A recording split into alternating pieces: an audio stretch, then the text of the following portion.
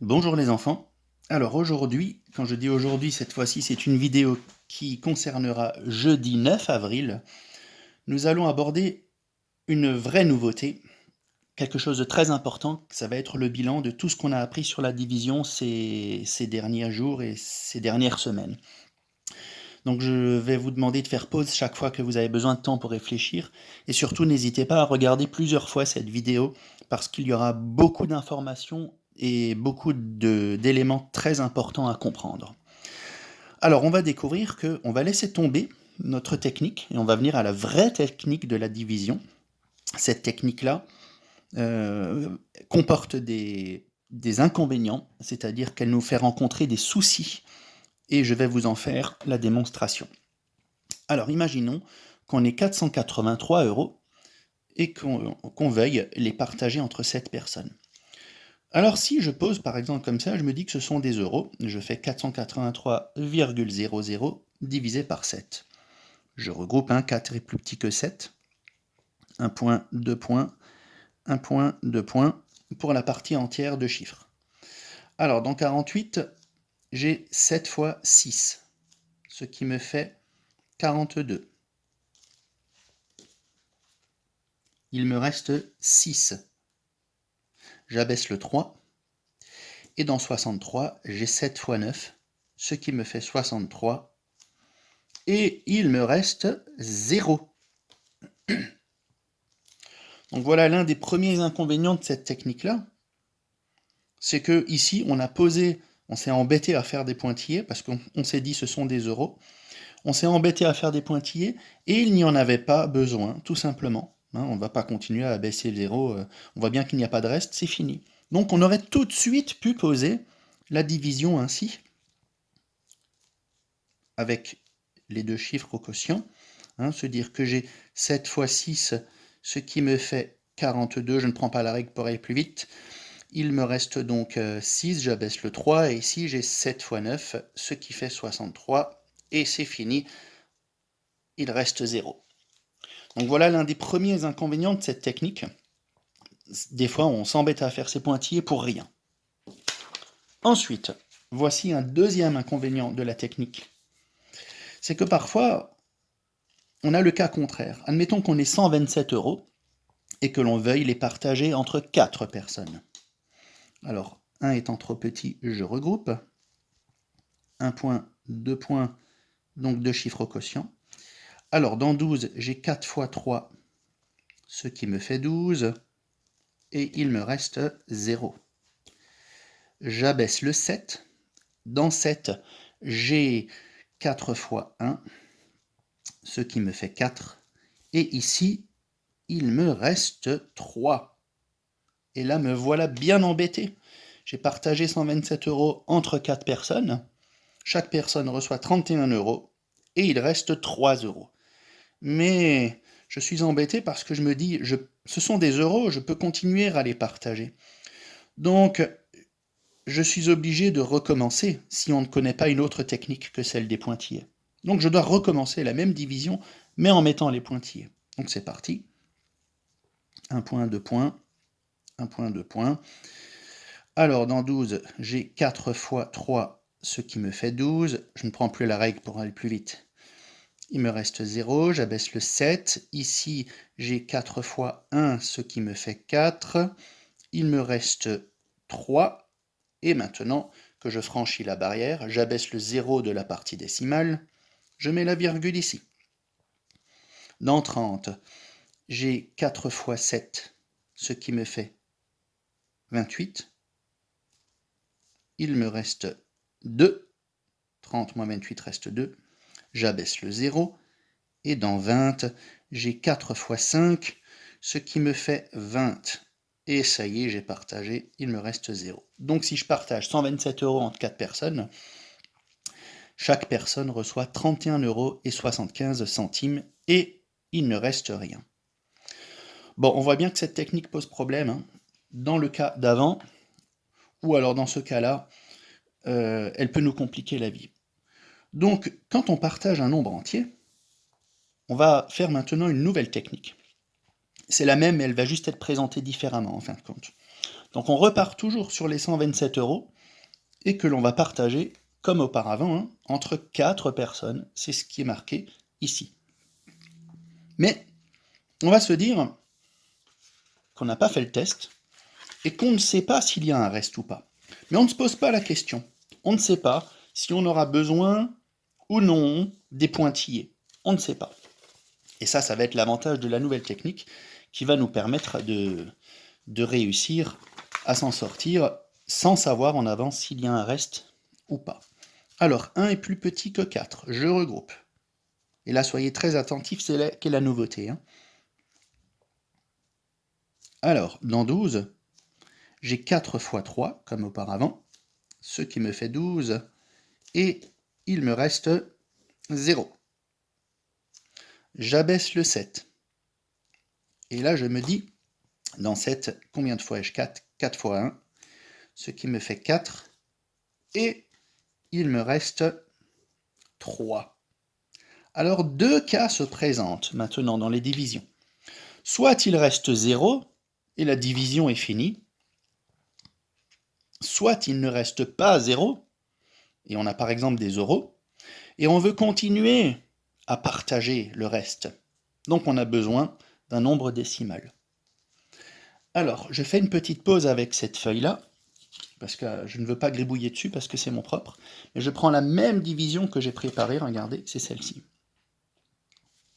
Donc là, maintenant, on va se dire que derrière, là, il y a, comme on avait avant, il y a les virgules 0. Il y a les virgules 00, mais qui sont cachés derrière. Ils sont cachés derrière le 4. Derrière ce 4, ils y sont. 127,00. Ils sont là. Alors on va considérer que quand on continue à faire la division et qu'on veut un quotient décimal, donc que l'on veut ici une virgule, on va considérer tout simplement que la fameuse frontière en pointillé, elle est au même endroit que l'endroit traditionnel où on fait la division d'habitude. Donc ici, on a bien maintenant au niveau de ces pointillés-là, ces pointillés-là se trouvent au niveau de la division ici que l'on présente habituellement. Donc on va abaisser ce 0, hein. On va mettre ici le 0 là, on va l'abaisser comme auparavant, et on va continuer la division et on va se demander dans 30, j'ai combien de fois le 4? Voilà, alors ce qu'il fallait que vous compreniez, c'est que ce 0 qu'on abaisse là, il vient de ce qu'on faisait auparavant, du 0 qui est là, mais que maintenant, on n'écrit plus. On sait qu'il est là, derrière le 4. Hein, il est caché derrière, mais on ne l'écrit plus. On a besoin de l'abaisser, mais on ne l'écrit plus. Donc, j'abaisse le 0, là, qui se trouve derrière, et en même temps que je franchis cette frontière, hein, on se dit qu'il y a les fameux pointillés dessus que je faisais en noir avant. Les pointillés sont là. Donc maintenant, là, on passe de ce côté-ci dans la partie décimale. Donc on met une virgule.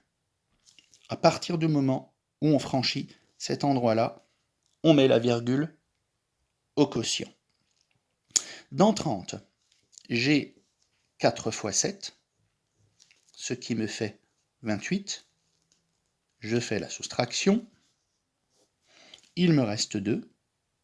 Maintenant, je vais abaisser le deuxième 0, hein, qui est caché toujours là derrière, mais on se l'imagine, hein, on a 127,0 dans cette colonne-là, et encore 0 dans cette colonne-là. Donc je l'abaisse, je l'écris, il vient de là. Et dans 20, j'ai 4 fois 5, ce qui me fait 20. Et ma division est terminée. Il me reste 0. Donc voilà comment nous allons présenter à partir d'aujourd'hui les divisions. Si le reste est nul, si le reste est égal à 0, la division s'arrêtera là.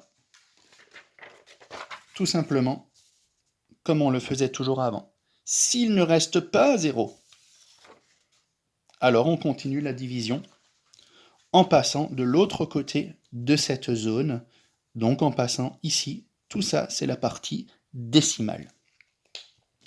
Alors, une dernière chose, hein, que je veux quand même encore préciser, c'est qu'on va parfois quand même encore écrire les pointillés. C'est quand au départ, on a un nombre décimal qui n'est pas, où il n'y a pas virgule 00, où on n'a pas un nombre entier, mais on a un nombre décimal. Si on veut partager, par exemple, 146 euros et 53 centimes entre 3 personnes, alors bien sûr, là, on va faire comme on faisait jusqu'à présent. Là, on est obligé d'écrire la partie décimale après la virgule. Donc on va mettre les pointillés et on va faire comme on faisait avant. Mais uniquement dans le cas où on ne partage pas un nombre entier. On n'a pas virgule 00. Voilà. Une toute dernière chose encore, et après j'en aurai fini, je viens avec un dernier cas. Comprendre le reste.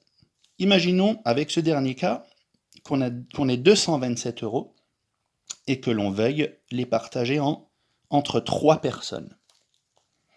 Alors je regroupe ici toujours les deux premiers chiffres, puisque 2 est plus petit que 3. 1 point, 2 points, et pour la partie entière du quotient, 2 chiffres. Allez, j'y vais. Dans 22, j'ai 3 fois 7, ce qui me fait 21, et il me reste 1. J'abaisse le 7. Dans 17, j'ai 3 fois 5, ce qui me fait 15. Et ici, qu'est-ce que je vois? Qu'il me reste 2. 17 moins 15, il me reste 2. Donc zut, le reste n'est pas nul, il n'est pas égal à 0. Donc on va devoir continuer la division. Je franchis la partie décimale en abaissant le virgule 0 qui se trouve là derrière. Donc je mets la virgule au même moment. Dans 20, j'ai 3 fois 6, 18. Il me reste 2, j'abaisse le deuxième 0 qui se trouve là derrière. Et dans 20, j'ai de nouveau 3 fois 6, 18. Et il me reste 2. Alors, il me reste 2 quoi? C'est là où je vous invite à faire pause. Normalement, vous devriez arriver à trouver à quoi correspond ce reste dans cette division-là. Combien reste-t-il? Faites pause et quand vous avez trouvé, vous rallumez. Alors, comme avant, comme on avait découvert les autres fois, c'est juste un peu présenté différemment. Mais on se rappelle que la frontière entre la partie entière et la partie décimale en pointillé, elle se trouve ici. Donc on complète les cases vides avec des zéros.